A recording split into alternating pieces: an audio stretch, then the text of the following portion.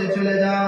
সমস্ত সাহাবীরা রাস্তা দিয়ে যায় আর পড়তে পড়তে যায় এই আয়াতটা, সবাই এই আয়াত পড়তে পড়তে যায়। যেসব সাহাবীরা মদের আড্ডার মধ্যে ছিল, মদকে লাথি মেরে দিয়ে ফেলে দিয়ে চলে এসেছিল, যেসব সাহাবীরা মদকে গিলে ফেলে দিয়েছিল, সেই সব সাহাবীরা আঙুল ভরে দিয়ে বমি করে ফেলে দিয়েছিল।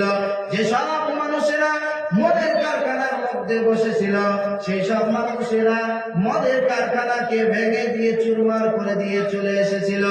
মদ পানির মতো করে, স্রোতের মতো করে রাস্তার মধ্যে বহাইতে লাগলো। সেই দিন থেকে আল্লাহ হারাম করে দিয়েছেন রে বান্দা, আজও পর্যন্ত হারাম আছে, কিয়ামত পর্যন্ত হারাম থাকবে। কোন বাপের বেটা এটাকে জায়েজ করার কোন ক্ষমতা নাই। এই জন্য আমরা সকলে বেঁচে থাকবো, বলেন ইনশাআল্লাহ। আল্লাহ বলেন ইয়া আইয়ুহাল্লাযীনা আমানু ইন্নামাল খামরু ওয়াল মাইসির ওয়াল আনসাবু ওয়াল আজলামু রিজসুম মিন আমালিশ শাইতান ফাজতানিবুহু লাআল্লাকুম তুফলিহুন। আল্লাহ বলেন তোমাদের জন্য হারাম করে দেওয়া হলো মদ এবং জুয়া, তোমাদের জন্য হারাম করে দেওয়া হলো হাতের রেখা দেখে ভাগ্য নিদর্শন করা। এগুলো হচ্ছে শিরক। হাতের রেখা দেখে নিদর্শন করে না, দেখবেন রাস্তার পথে ঘাটে, সব ঘাটের মধ্যে বসে থাকে, দেখবেন রাস্তার ঘাটের মধ্যে বসে থাকবে, আপনার হাতের রেখা দেখে বলবে, ভাগ্য নিদর্শন করার জন্য বলবে, আপনার দেখি বাবা হাতটা দেখে দেখে, হাতটা দেখবে, দেখে বলবে 10টার সময় 10 মিনিটে 10 সেকেন্ডের মধ্যে তুমি ওই জায়গার মধ্যে গেলে তোমার অ্যাক্সিডেন্ট হয়ে যাওয়ার বড় সম্ভাবনা আছে। সুতরাং এর থেকে যদি তুমি বাঁচতে চাও তাহলে আমার কাছ থেকে তাবিজ নাও, তাহলে তোমার সব বিপদ দূর হয়ে যাবে, বলে নাউজুবিল্লাহ। এগুলো হাতের রেখা দেখানো কি হারাম না জায়েজ? এগুলো দেখানো জায়েজ নয়। আমাদের সমাজের মধ্যে কিছু শিরক পরিচালিত আছে। একটা হচ্ছে এটা, আর একটা হচ্ছে আমাদের ছেলের যখন দাঁত পড়ে, আমাদের ছোট ছোট বাচ্চাদের যখন দাঁত পড়ে, তখন সেই ছেলেকে বলা হয় যে বাবাজি তুমি ওই দাঁতটা নিয়ে ইন্দুরের গর্তের কাছে যাও, আর যা বলে ইন্দুর ভাই তুমি আমার দাঁতটা নাও, তোমার দাঁতটা দাও, বলে নাউজুবিল্লাহ। এগুলো কি জায়েজ? বলেন জায়েজ। এগুলো শিরক। প্রথম দাঁতটা কে দিয়েছে বলেন? আল্লাহ। চিৎকার মেরে বলেন কে দিয়েছে? আল্লাহ। তাহলে দ্বিতীয় দাঁতটা আল্লাহ দিতে পারবেন না? আল্লাহ দিতে পারবেন না? তাহলে আপনি ইঁদুরের কাছে গেলেন কেন? ইঁদুরের কাছে গেলেন কেন? আপনার দাঁত চাওয়ার জন্য ইঁদুরের কাছে গেলেন কেন? আল্লাহকে বলো, আল্লাহ আমাকে একটা সুস্থ সবল একটা দাঁত দিয়ে দাও, আল্লাহ শক্তিশালী একটা দাঁত দিয়ে দিবে। আপনি ইঁদুরের গর্তের কাছে গিয়েছেন, তার জন্য তো 40 বছর বয়সে আপনার দাঁত পড়ে যায়, আপনার দাঁত তো থেকে এই কারণে। সুতরাং এই সব জায়গাতে যাওয়া যাবে না, 1 নম্বর। 2 নম্বর হচ্ছে আমাদের ছেলেরা যখন গাড়ি চালায়, মোটর সাইকেল, অন্য কোনো জিনিস চালায়, যখন রাস্তা দিয়ে চলে, চলতে চলতে চলতে চলতে সামনের দিক থেকে একটা বিড়াল যায়, বিলাই যায়, যাওয়ার সঙ্গে সঙ্গে ওই ছেলেটা গাড়িটাকে ব্রেক করে কিছুক্ষণ পিছিয়ে যেয়ে তারপর ফিরে আবার সামনে যায়, মনে করে বড়টা আজরাইল গেল, খানিকক্ষণের মধ্যে আমার হয়তো জানটাই নিয়ে নিবে, আমার হয়তো জানটাই আর থাকবে না। এই বিড়ালের কোনো ক্ষমতা আছে বলেন দিন? কোনো ক্ষমতা আছে? মনে করে বিড়াল সামনে দিয়ে গেল মানে আমার সামনে একটা বিশাল বড় একটা বিপদ মনে হয় সামনে আছে। কোনো বিপদ নাই, ভুয়া। বিড়ালের কোনো শক্তি আছে? কোনো শক্তি নাই। বিড়ালের কোনো ক্ষমতা নাই, একমাত্র আল্লাহর ক্ষমতা। বলেন কার ক্ষমতা? আল্লাহর ক্ষমতা। আল্লাহ পাক রব্বুল আলামিন বিপদ দেওয়ার মালিক, আল্লাহ পাক রব্বুল আলামিন বিপদ থেকে রক্ষা করারও মালিক আল্লাহ। আপনার বিপদ আপদ থেকে রক্ষা করার মালিক হচ্ছেন আল্লাহ। এই জন্য এই সব থেকে আমাদের বেঁচে থাকতে হবে, বলেন ইনশাআল্লাহ। আমরা কেউ এইসবে যাব না, এই সব থেকে বেঁচে থাকতে হবে। সন্তানদেরকে ইসলামিক শিক্ষা দেব।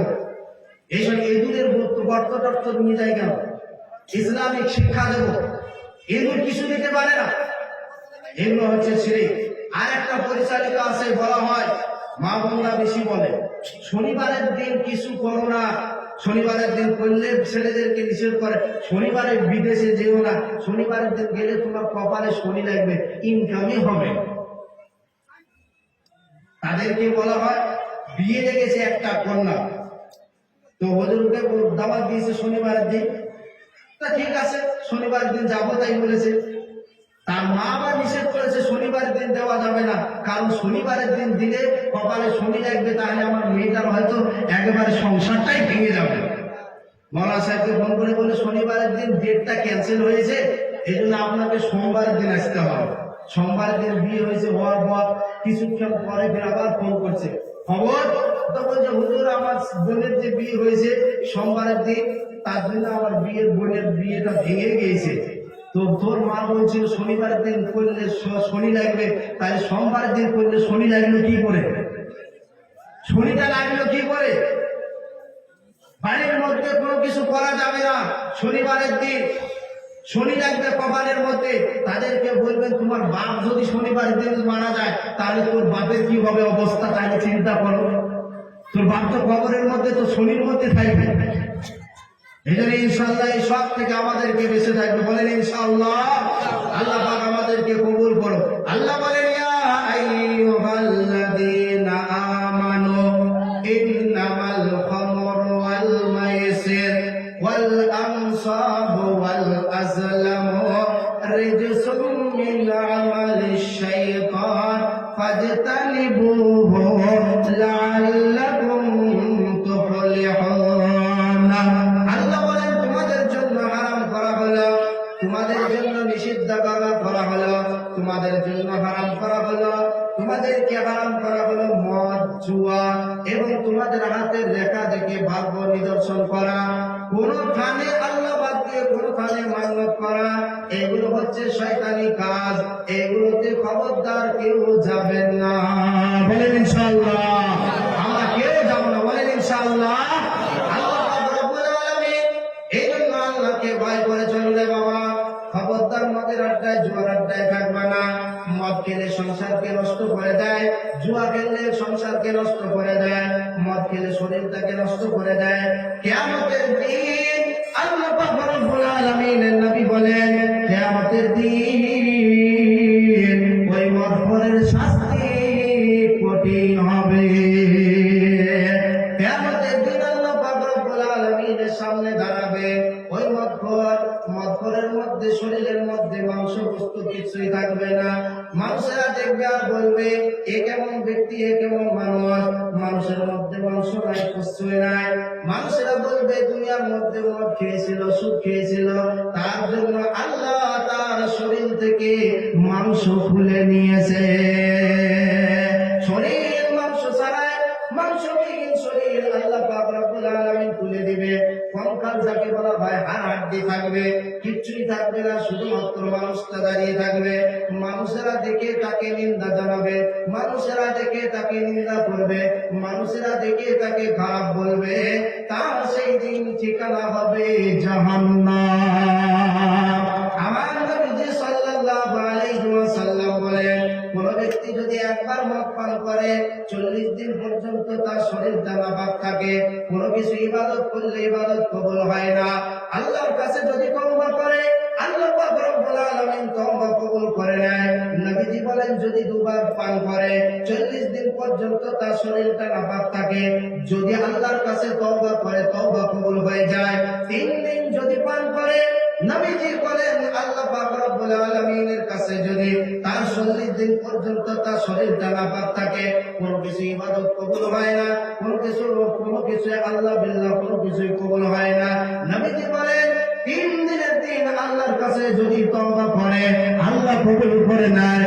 আল্লাহ নবীজি বলেন যদি 4 বার যদি কোনো ব্যক্তি পান করে, নবীজি বলেন তার তওবা আর আল্লাহ কবুল করে না, সে মৃত্যুর সময় বেঈমান হয়ে মারা যায়। বলেন নাউজুবিল্লাহ। বেঈমান হয়ে মারা যায়। এ বাবা, যদি বেঈমান হয়ে মারা যাও, পৃথিবীর মধ্যে যেমন ছাগলের কোনো দাম নাই, কুকুরের কোনো দাম নাই, শুয়োরের কোনো দাম নাই। মানুষ দেখলে লাথি মারে, মানুষ দেখলে ঝাঁটা মারে, মানুষ দেখলে সেই করে খেতে যায়। কিয়ামতের দিন যদি বেঈমান হয়ে মারা যায়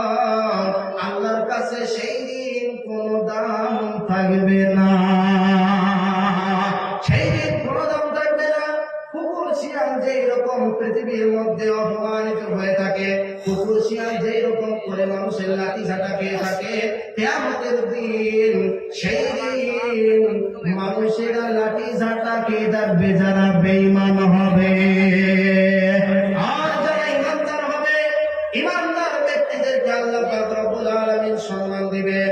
বিশ্বনবী জনাবে মুহাম্মদুর রাসূলুল্লাহ সাল্লাল্লাহু আলাইহি ওয়াসাল্লাম বলেন, কোন ব্যক্তি যদি সরিষার দানা পরিমাণ যদি ঈমানটা আল্লাহর কাছে নিয়ে যায়, রে বাবা, যদি কোন ব্যক্তি সরিষার দানা পরিমাণ ঈমানটা নিয়ে যায়, নবীজি বলেন তাকে আল্লাহ পাক রব্বুল আলামিন একদিন না একদিন ওই ঈমানের বরকতে তাকে জান্নাত দিয়ে দিবে।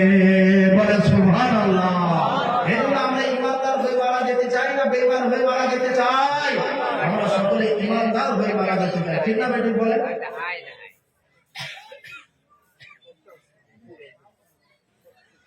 এজন্য আমরা সকলে ঈমানদার হয়ে মারা যেতে চাই। বলেন ইনশাআল্লাহ।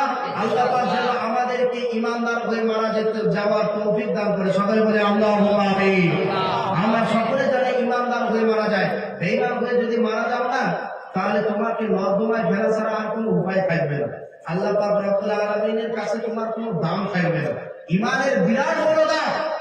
ঈমানদার ব্যক্তি যদি সরিষার দানা পরিমাণ যদি ঈমান নিয়ে যায়, ওই ব্যক্তির বিরাট দাম।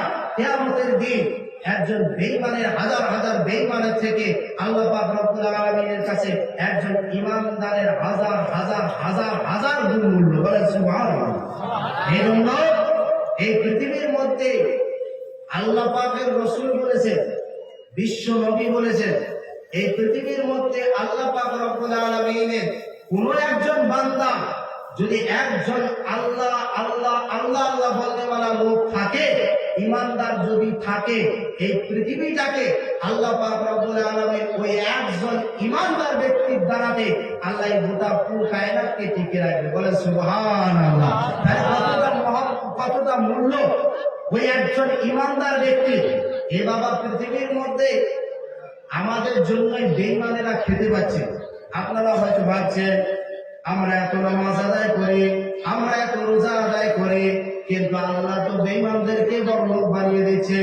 আল্লাহ তো বেঈমানদেরকে বড়লোক বানিয়ে দিচ্ছে, তাদের বাড়ি দিচ্ছে, গাড়ি দিচ্ছে। আল্লাহ পাক রব্বুল আলামিন তাদেরকে দিচ্ছে না রে বাবা। পৃথিবীর মধ্যে তাদের সুখ জামানা, আখিরাতের মধ্যে তাদের কিছুই না, তাদের জন্য কিছুই থাকবে না।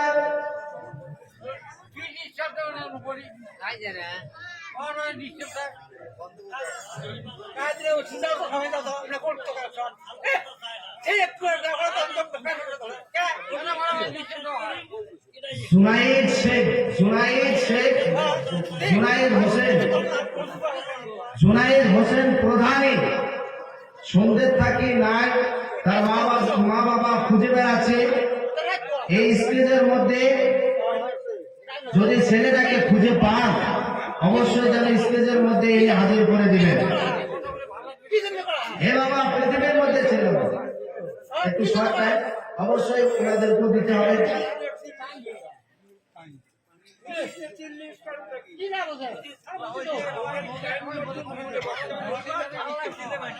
পৃথিবীর মধ্যে যারা বেঈমান আছে, সমস্ত বেঈমানদেরকে ঈমানদারদের কারণে আল্লাহ পাক রব্বুল আলামিন খেতে দিচ্ছে। আর পৃথিবীর মধ্যে যদি একজন ঈমানদার না থাকে, এই পৃথিবীটাকে আল্লাহ ধ্বংস করে দিবে।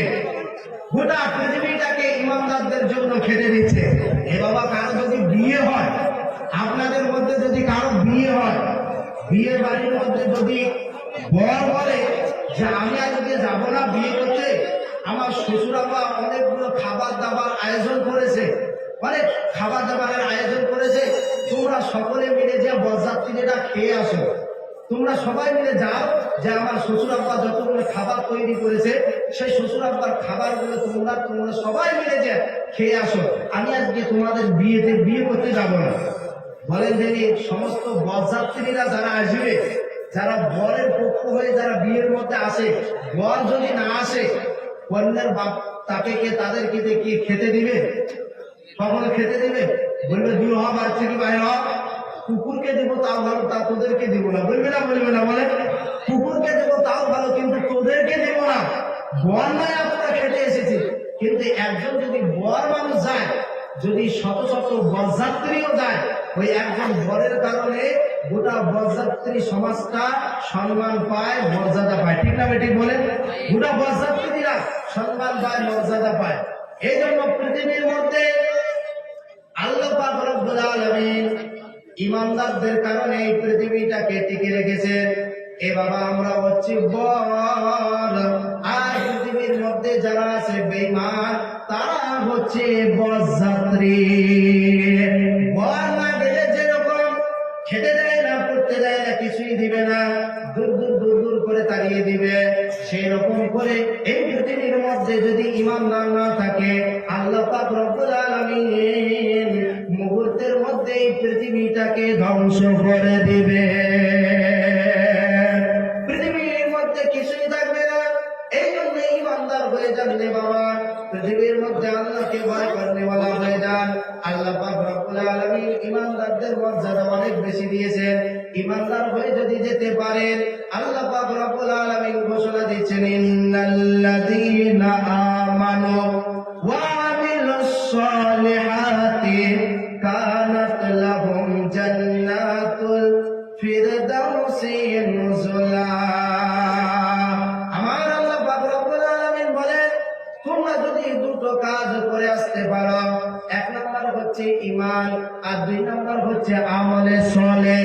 আমার আল্লাহ বলে, যদি তোমরা দুইটা কাজ করে আসতে পারো, যদি একটা ঈমান নিয়ে আসতে পারো, আর যদি আমলে সালেহ করে আসতে পারো, আমি আল্লাহ তোমাদেরকে কথা দিচ্ছি, জান্নাতুল ফিরদাউসের মেহমান আমি বানিয়ে দেব। বলে সুবহানাল্লাহ। এই জন্য পৃথিবীর মধ্যে ঈমানদারদের দাম আছে। আল্লাহ বলেন, ইল্লাল্লাযীনা আমানু ওয়া আমিলুস সালিহাতি ওয়া তাওয়াসাউ বিল হাক্কি ওয়া তাওয়াসাউ বিস সাবর। আল্লাহ পাক রব্বুল আলামিন